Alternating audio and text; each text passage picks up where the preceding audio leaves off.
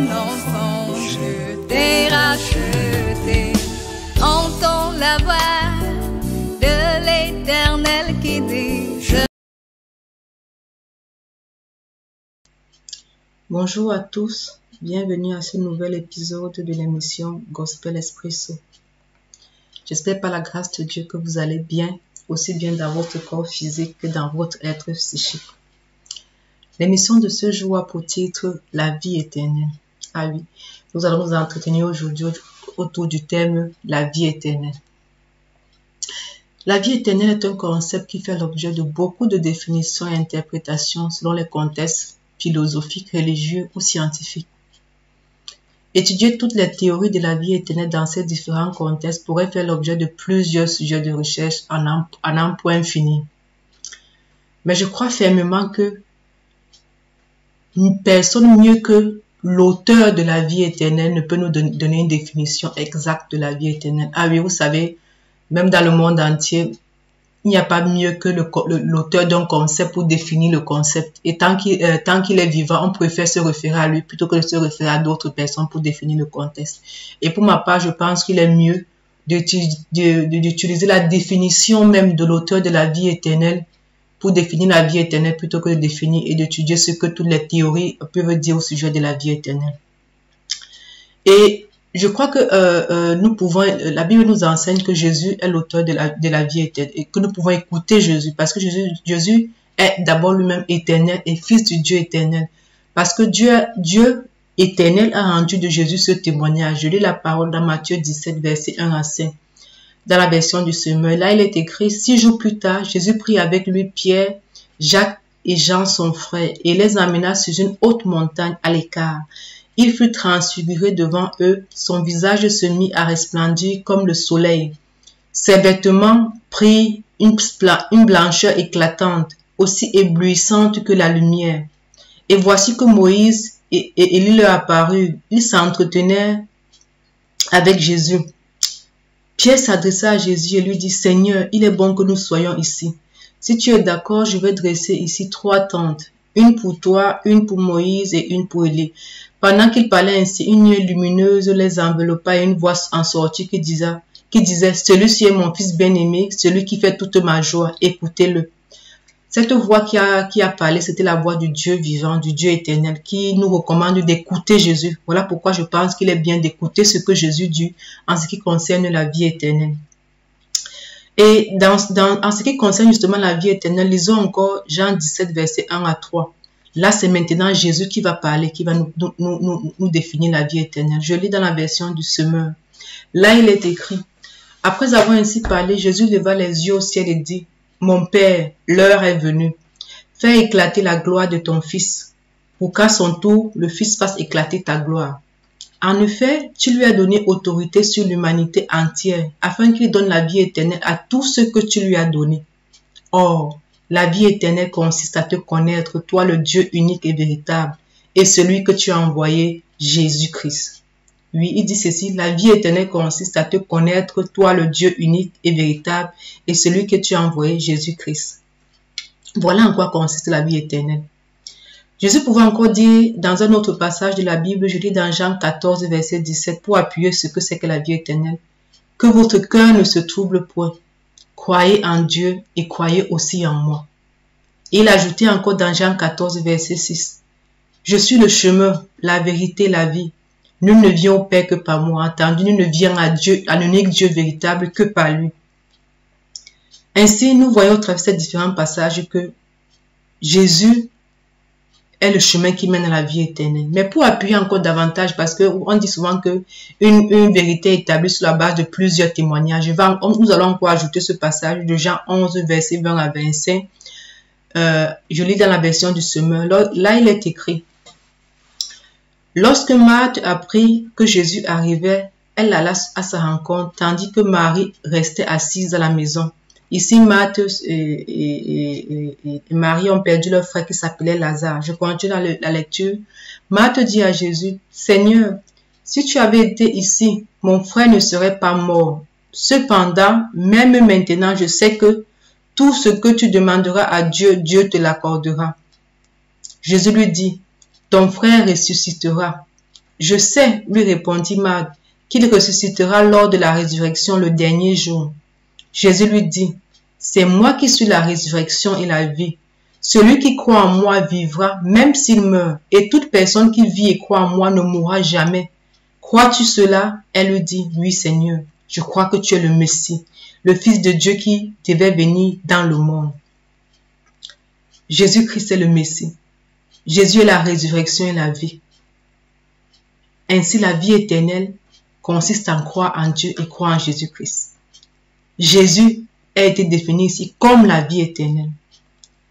Fidèle auditeur de l'émission Gospel Expresso, nous vivons aujourd'hui dans une dimension appelée le temps. Oui, le temps. En grec, on appelle ça encore le temps chronos. Mais il existe une autre dimension appelée éternité, appelée l'éternité. Dans cette dimension appelée l'éternité, la mort consiste à ne pas croire en Jésus et a pour conséquence d'être séparé du Dieu éternel pour vivre dans des tourments éternels. Oui.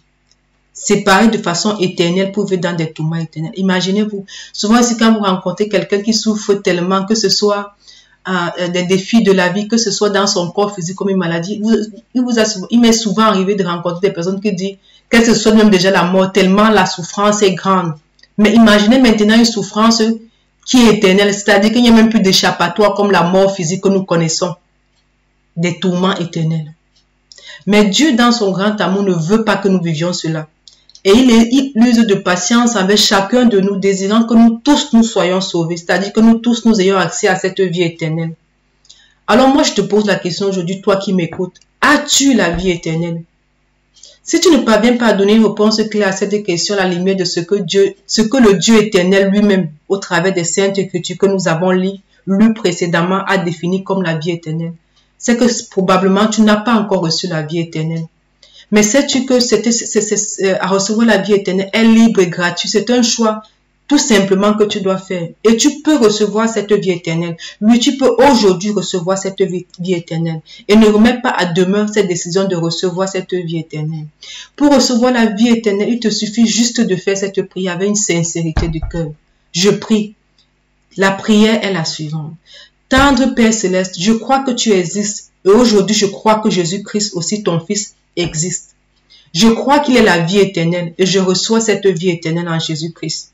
Pardonne-moi ma vie passée et viens m'apprendre à vivre comme tu veux que je vive. Amen.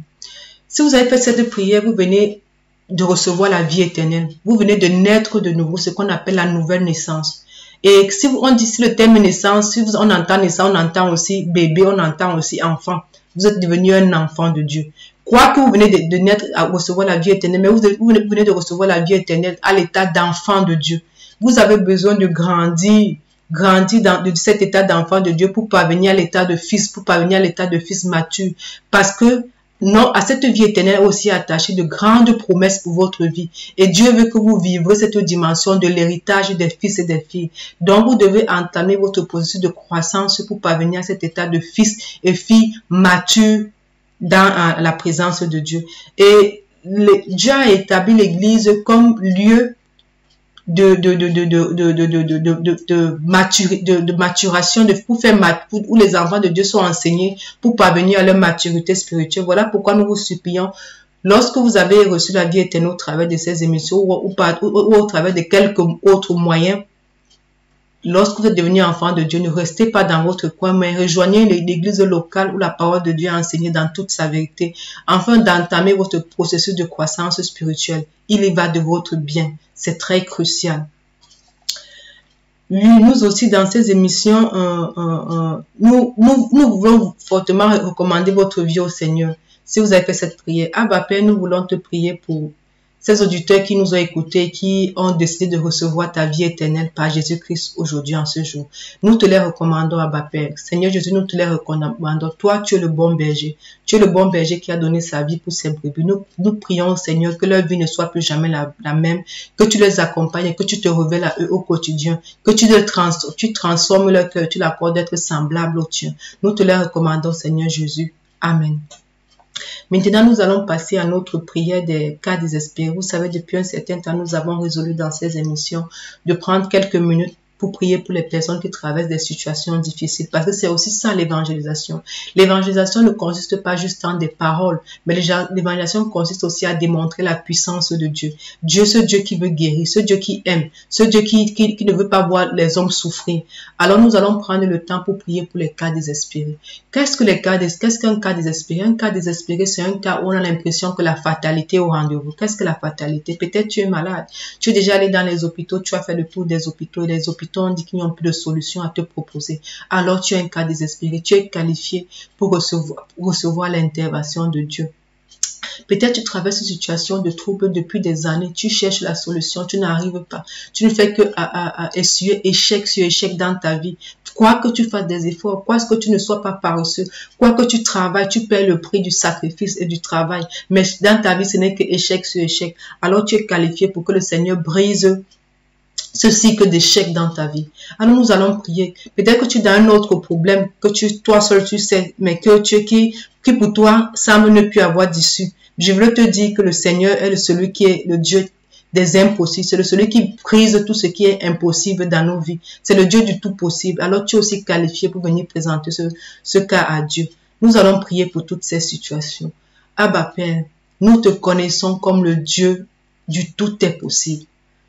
Du tout est possible. Rien n'est impossible à toi, Abba Père. Tu nous as déjà donné, nous, tes enfants, d'expérimenter ta gloire. Et nous voulons que tu fasses aussi expérimenter ta gloire dans la vie des auditeurs qui nous écoutent. Peut-être c'est un cas de maladie qu'un auditeur traverse ou une auditrice traverse en ce moment, Abba Père. Nous prions que ta gloire éclate dans ce cas. Nous prions que ta gloire éclate. Tu es le Dieu qui nous a créés. Toi qui connais chacun le nombre de cheveux sur nos têtes. Nous-mêmes, nous ne sommes pas capables de dire le nombre de cheveux qui sont sur nos têtes. Mais toi, tu nous dis que tu connais le nombre exact de cheveux qui sont sur nos têtes. Alors je prie Seigneur, toi qui nous as créés, toi qui connais les cellules exactes de nos corps, je prie Seigneur que tu fasses revivre ce corps qui est en train de mourir. Tu fasses revivre ces corps qui sont en train de mourir. Que tu fasses faire revivre ces corps qui sont en train de mourir. Tu es la vie Seigneur, tu es la vie. Tu es la vie, que ta vie parle dans ces corps. Commande à ces cellules la résurrection. Commande à ces cellules qui sont en train de mourir la vie à nouveau. La vie que tu es. La vie au nom de Jésus-Christ. Abba Père, je te prie pour tous ceux qui traversent une autre situation de cas désespérés, oh Seigneur. Peut-être c'est une succession d'échecs, Abba Père. Nous mettons fin à ce cycle d'échecs répétés. Nous mettons fin à ce cycle d'échecs répétés. Et nous déclarons, Seigneur, la réussite. Nous déclarons, Seigneur, la percée dans ses projets. Nous déclarons, Seigneur, le succès, que cette personne va intervenir maintenant.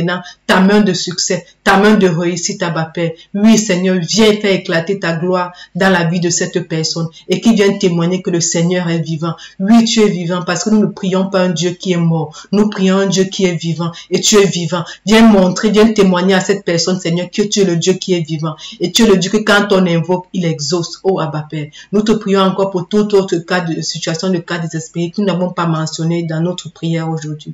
Mais que tu connais parce que rien n'est inconnu devant ta face. Abba Père, que tu connais, que la personne qui nous écoute connaît même parce qu'elle traverse cette situation. Abba Père, viens te révéler dans cette situation. Viens témoigner ta gloire, viens montrer ta gloire à cet auditeur dans cette situation. Ah Seigneur, viens encore Seigneur et viens manifester ta gloire dans la vie des hommes. Dans la vie des hommes qui crient à toi et qui espèrent en toi. Et même dans la vie des hommes qui ne te connaissent pas, mais au travers de cela, Seigneur, accorde la grâce, Seigneur, de te révéler à eux, afin qu'ils puissent croire que tu es vivant et que tu existes. Dans le nom de Jésus-Christ, nous avons ainsi prié. Amen. Merci, fidèles auditeurs, de nous avoir écoutés aujourd'hui. Nous sommes parvenus à la fin de cet épisode de Gospel Expresso du jour. Nous espérons que cette émission vous a béni et vous bénit encore. Et si c'est le cas, n'hésitez pas à partager pour que d'autres personnes soient bénies, d'autres personnes soient édifiées. La chaîne est libre si vous vous sentez convaincu, si vous êtes béni, et n'hésitez pas aussi à vous abonner à la chaîne afin de nous encourager. Sur ce, je vais vous dire souhaitez bye bye et vous souhaitez à très bientôt dans un nouvel épisode de l'émission Gospel Expresso. D'ici là, portez-vous bien et que le Seigneur vous bénisse abondamment. Bye bye.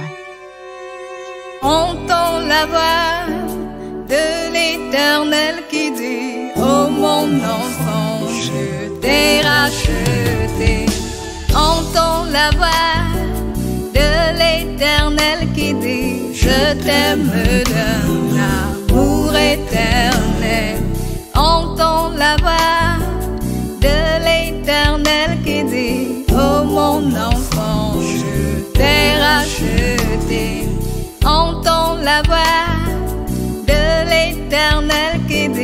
je t'aime d'un